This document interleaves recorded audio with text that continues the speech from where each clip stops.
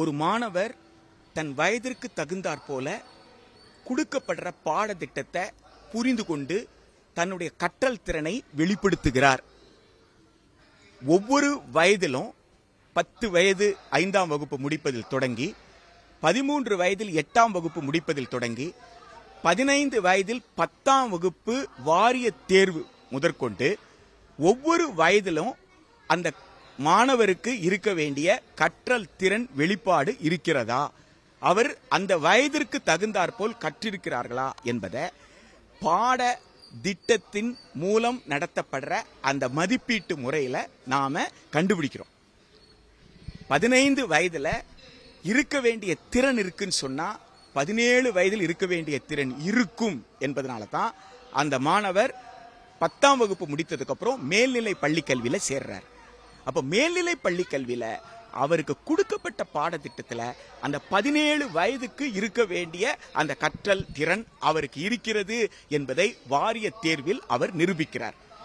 இந்த வாரிய தேர்வின் மூலமாக எடுக்கப்படுற அந்த மதிப்பின் அடிப்படையில் உயர்கல்வி மாணவர் சேர்க்கை என்பதுதான் ஒரு நியாயமான நடைமுறையாக இருக்குமே தவிர ஒரு அகில இந்திய அளவில் ஒரு தேர்வை நடத்தி அதுதான் தகுதிப்படுத்தும் என்கின்ற வகையில் அதை தகுதி தேர்வு நுழைவுத் தேர்வு என்று சொல்வது என்பது நிச்சயமாக மாணவர்களை வகுப்பறை செயல்பாட்டிலிருந்து விலக்கி பயிற்சி மையத்தை நோக்கி தள்ளிவிடும்.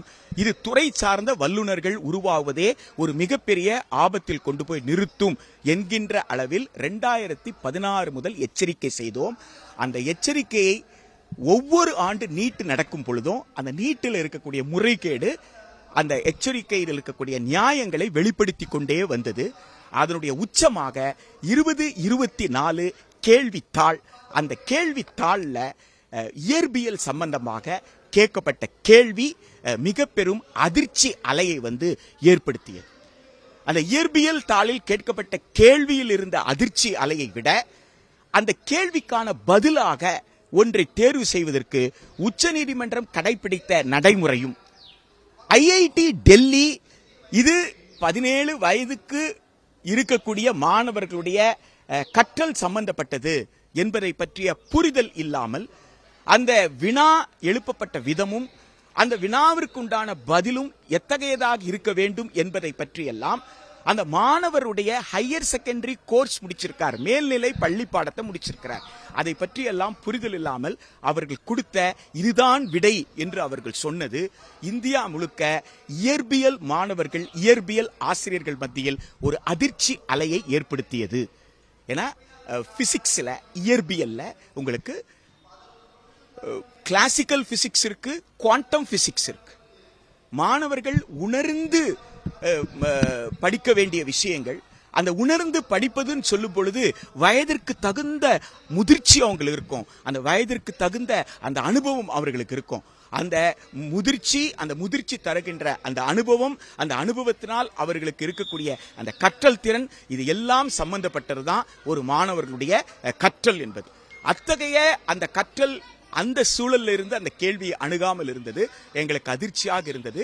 எனவே ஐஐடி டெல்லி கொடுத்த அந்த முடிவை உச்சநீதிமன்றம் ஏற்றுக்கொண்டது நியாயம் அல்ல.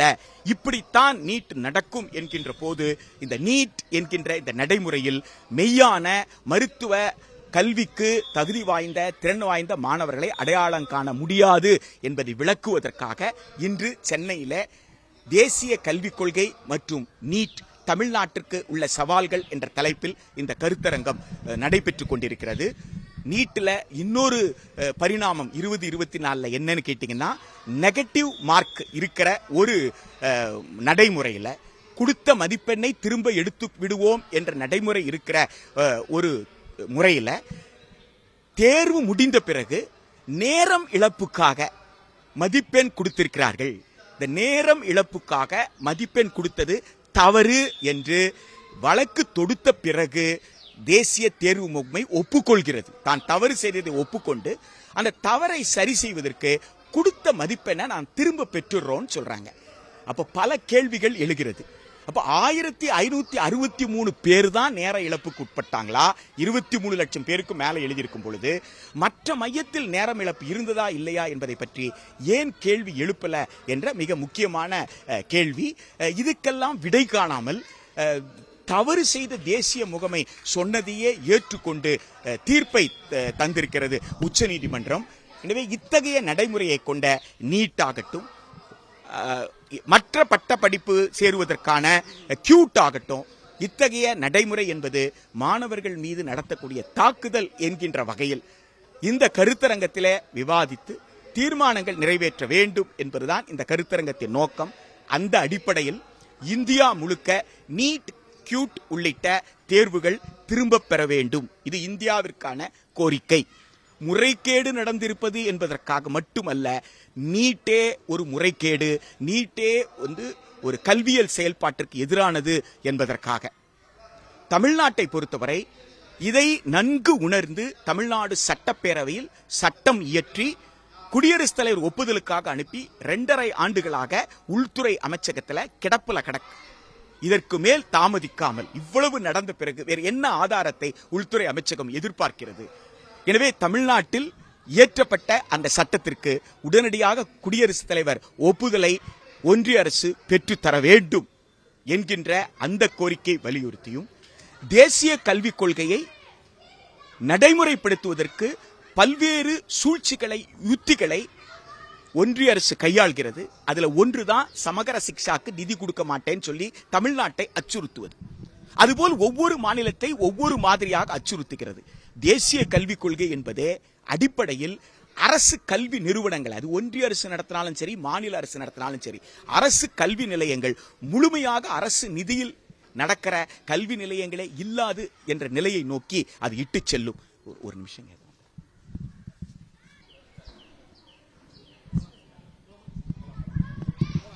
தேசிய கல்விக் கொள்கை என்பது இந்தியாவில் ஒரே ஒரு உயர்கல்வி நிறுவனம் கூட அரசினுடைய முழு நிதியில் செயல்படக்கூடிய நிறுவனமாக 2030 இல்லாம போயிரோன்ற ஒரு மிகப்பெரிய ஆபத்து இருக்கு. தேசிய கல்விக் கொள்கை 2020 நிராகரிக்கிறோன்றதெல்லாம் ஒரு வெற்று முழக்கம் அல்ல. சமூக நீதியின் அடிப்படையில் மாணவர்கள் படிக்கிறாங்கன்னு சொன்னா அது அரசின் மானியத்தோட பல்கலைக்கழகத்திலையும் கல்லூரிகளும் நடப்பதனால தான். அரசு மானியம் இல்லாமல் சுயநிதி பிரிவாக பாடங்களை பல்கலைக்கழகங்கள் தொடங்க ஆரம்பிச்சா பல்கலைக்கழகத்திற்கு உரிமையாளரா மாநில அரசு இருக்கலாம், ஒன்றிய அரசு இருக்கலாம். ஆனா மாணவர்கள் எல்லோருமே சுயநிதி பிரிவுல பணம் கட்டி படிக்க வேண்டிய ஒரு சூழல் தான் உருவாகும்.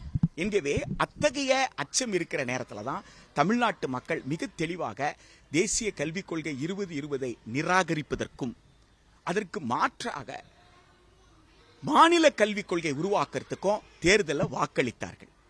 எனவே it is a political mandate. Tamil Nadu அரசு கொள்கை வகுப்பதற்கு தேவையான பரிந்துரை கொடுப்பதற்கு ஒரு உயர்மட்ட குழுவை அமைத்து அந்த உயர்மட்ட குழு தன் அறிக்கையை கொடுத்திருக்கு. அந்த அறிக்கை வெளியிடப்படாதது மிகவும் வருத்தமாக இருக்கிறது. தமிழ்நாடு அரசிடம் அந்த குழுவின் அறிக்கையை வெளியிடுங்கன்னு கேட்கிறோம். குழுவின் அறிக்கையை வெளியிடுங்கள் என்று கேட்கின்ற அதே வேளையில் மிகவும் அழுத்தமாக நாங்கள் சொல்ல விரும்புவது, அந்த குழுவின் அறிக்கையில என்ன பரிந்துரை இருந்தாலும் சரி, மாநில அரசு கொள்கையை அறிவிக்கணும். அந்த கொள்கையில பள்ளி தொடங்கி பல்கலைக்கழகம் வரை முழுமையான அரசு நிதியில் இயங்கும் அரசு கல்லூரி, அரசு பல்கலைக்கழகம், அரசு பள்ளி, அரசு உதவி பெறும் பள்ளி, அரசு உதவி பெறும் கல்லூரிகள் வலுப்படுத்தப்படும் என்கின்ற வகையில் அந்த கொள்கை அமைய வேண்டும் என்ற கோரிக்கையை இந்த கருத்தரங்கத்தில் வச்சிருக்கிறோம். பள்ளி தொடங்கி பல்கலைக்கழகம் வரைக்கும் ஆசிரியர் பணியிடங்கள் நிரப்பப்படாமல் இருக்கிறது. எனவே ஆசிரியர் பணியிடங்களை நிரந்தர ஆசிரியர்களை கொண்டும் மற்ற ஊழியர்கள் பணியிடங்களையும் நிரந்தர ஊழியர்களை கொண்டும் நிரப்பணும். பல்கலைக்கழகங்கள்ல அரசின் மானியம், மாநில அரசுடைய மானியம் குறைவதனால் பல்கலைக்கழகங்கள் இயங்குவது என்பது மிகப்பெரிய சிக்கல்ல போயிட்டு இருக்கு. எனவே பல்கலைக்கழகத்திற்கு மாநில அரசு தர வேண்டிய மானியத்தை முழுமையாக கொடுப்பதற்கு என்னென்ன நடவடிக்கை எடுக்கணுமோ எடுக்கணும்.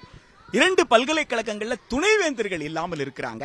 துணைவேந்தர்கள் இல்லாமல் இருப்பதற்கு என்ன காரணம், அது அவரை நியமிப்பதில் என்ன சிக்கல் என்பதை கண்டறிந்து தேவைப்பட்டால் நீதிமன்றத்தை அணுகியாவது உடனடியாக துணைவேந்தர்களை நியமிக்கணும் என்கின்ற இந்த கோரிக்கைகளை இந்த கருத்தரங்கத்தில் நாங்கள் வலியுறுத்தி இருக்கின்றோம்.